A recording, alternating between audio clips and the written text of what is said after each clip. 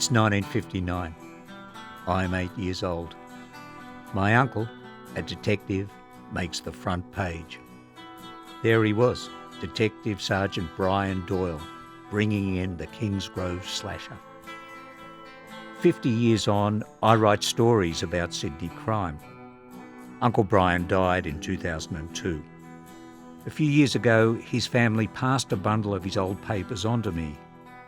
Among it all, there were 2 folders concerning the Kingsgrove Slasher case. They make good reading.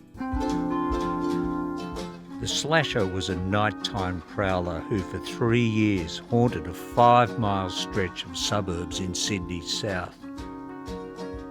It was the area from Arncliffe out through Earlwood, Bardwell Park, Bexley, Kingsgrove, Beverly Hills, neat brick veneer short-back and side suburbs, the sort of places where bad stuff wasn't really supposed to happen. The Slasher crept into houses and cut women and girls in their beds while they were asleep. No one died, but the attacks were savage and freaky, and the victims suffered real trauma. By late 1958, after years of attacks, there were still no leads. The police had no description of the perpetrator. The press was going crazy.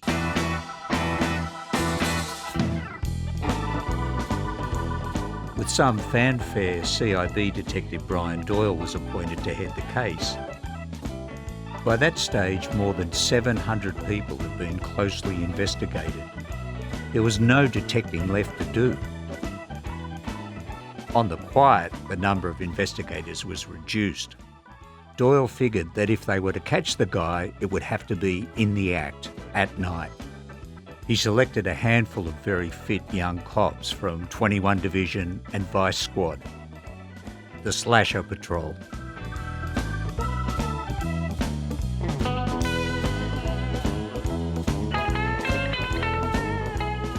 Doyle went on permanent night duty, but by day his phone rang incessantly. His police bosses, the press, local worthies, everyone telling him how he ought to run the case. He went the next 5 months without a day off. The attacks grew steadily worse that summer. An old lady was bashed, another old lady was badly lacerated, and a young woman nearly choked to death on her own teeth after the Slasher hit her with a lump of wood and growled like a dog. The investigation was hampered by a large number of false reports, bogus victims turning up with self-inflicted injuries. Panic ran high right through southern Sydney. People were frightened of being inside, frightened of being in their own bedrooms. In one of his official reports, Doyle writes of witnessing 2,000 terrified people pouring into the street one night after someone reported that they might have seen something. Pyjama-wearing vigilantes tore through the parks and ovals, carrying 22 rifles and cricket bats, looking for some phantom. But for all that, the only blow actually laid on the Slasher over those 3 years was delivered by a gutsy 19-year-old, Elaine Eardley, who saw the Slasher at her window one morning just before dawn.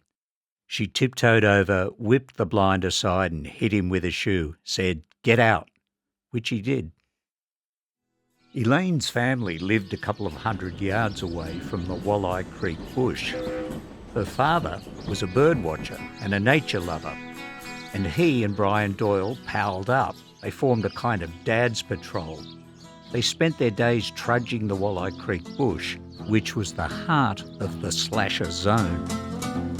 Eardley had figured that the Slasher walked along the rugged Walleye Creek gully, climbed up the escarpment, entered houses, then nipped back into the gully when he was done. He drew a map. 2 months later, that map broke the case. Meanwhile, the stakeout continued through the summer months. Cops were broken up into pairs. Some pairs were known as the lovers. one of them kitted out in drag. There were 3 other pairs, known as the Commandos, who haunted the scrub, dodging snakes, swatting mosquitoes, forbidden even to light a cigarette. The cops hated the gig, called it Siberia. The stakeout dragged on for another month and the weather turned cold and wet. Then one night in late April, a man was seen leaving a backyard in Earlwood. A few minutes later, he was spotted again, a block away, heading for Walleye Creek. The commandos sealed off the escape routes. The figure was glimpsed scurrying down towards the footbridge at Torella. It was exactly as Eardley and Doyle had figured it would happen.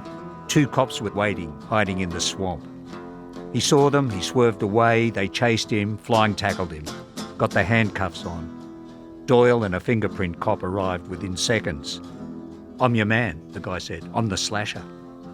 They checked out his fingertips under torchlight. Before they even took a print, they knew it was him.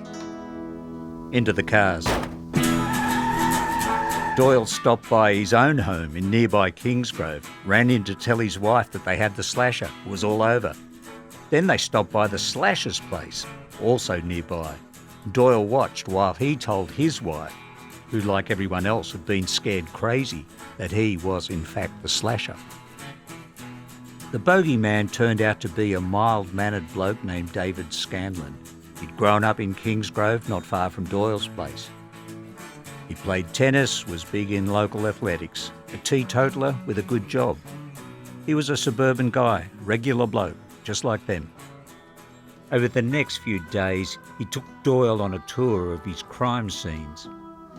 In one street, he pointed out, he'd been into every single house and backyard. In some cases, he'd been in the house all night, watching the residents sleep, hearing them snore, watching them get up to go to the toilet. Court day rolls around.